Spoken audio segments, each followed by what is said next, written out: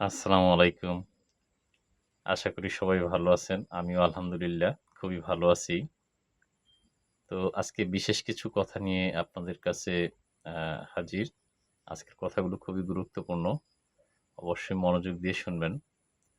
সেটা হচ্ছে আমাদের সকলের স্বাবলম্বী হওয়া উচিত। তো আসলে আমরা সকলের স্বাবলম্বী হওয়া উচিত এবং স্বাবলম্বী হতে চাইও। কিন্তু স্বাবলম্বী হওয়ার লক্ষ্যে যে কাজগুলো দরকার, যে করণীয় সেগুলো আমরা আসলে করতে চাই না। কেননা আমরা কমফোর্ট জোনে বসে অনেক বড় বড় স্বপ্ন দেখি। আমরা অ্যাম মিলিয়নার হবো, অনেকে বিলিয়নার হতে চাই, ট্রিলিয়ন। এভাবে অসংখ্য মানুষের অসংখ্য মত।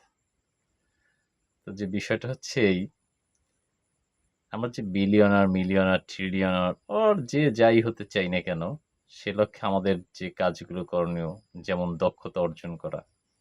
আসলে আমরা দক্ষতা অর্জন করতে নারাজ, কিন্তু মিলিয়নার হতে চাই। দক্ষতা অর্জন করতে নারাজ, ট্রিলিয়ন হতে চাই। নিছক পাগলামি। হবে না ভাই, কখনো হবে না। আশাই করো না, ভুল করবে। কাজ করে যাও, নতুন দক্ষতা অর্জন করো। দক্ষতা অর্জন করো, অপ্রয়োজনীয় চায়ের দোকানে বসে চা সিগারেট খেও না ভাই। চা সিগারেট খেলে অর্থ ব্যয় হবে, শারীরিক ক্ষতি হবে, কিন্তু তোমার আয় হবে না, নতুন দক্ষতা হবে না। অপ্রয়োজনীয় কথা ছাড়ো, অপ্রয়োজনীয় আড্ডা ছাড়ো, অপ্রয়োজনীয় সঙ্গ ছাড়ো। নিজেকে তৈরি করো। নিজেকে যোগ্য বানাও, দেখবে সারা পৃথিবী তোমাকে দাম দিতে বাধ্য। নিজেকে যোগ্য বানাও ভাই। যোগ্য বানানোর দরকার আছে তো। সমাজে আশেপাশে অনেক লোক আছে, তারা তোমাকে খুব ভালোবাসে। তুমি তাদেরকে ভালোবাসো। খুব ভালো, খারাপ না। এগুলো অনেক ভালো কথা। কিন্তু যোগ্যতা অর্জন করো। লাইফে কিছু পেতে হলে কিছু ছাড়তে হয়। আমি ভালো যদি কিছু পেতে চাই তাহলে অবশ্যই আমাকে খারাপ জিনিস বর্জন করতে হবে। খারাপ জিনিস থেকে দূরে থাকতে হবে। অর্থাৎ আমাকে যোগ্য হতে হবে যদি আমি আমার স্বপ্নের লক্ষ্যে পৌঁছাতে চাই। আর স্বপ্ন কখনো ঘুমিয়ে পূরণ হয় না। এইজন্য এপিজে আবুল কালাম স্যার বলছিলেন যে, "তুমি স্বপ্ন দেখো, সেই স্বপ্ন যে স্বপ্ন তোমাকে ঘুমাতে দেয় না।" ঘুমিয়ে স্বপ্ন দেখে লাভ নাই তো ভাই। ঘুমিয়ে স্বপ্ন দেখে ৪ আনার লাভ নাই। তোমাকে টাকা আয় করতে হবে, সমাজের জন্য তোমাকে অনেক কিছু করতে হবে।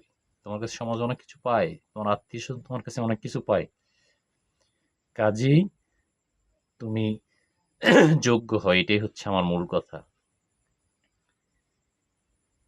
অপ্রয়োজনে সময় নষ্ট করো না। খেয়াল রাখতে হবে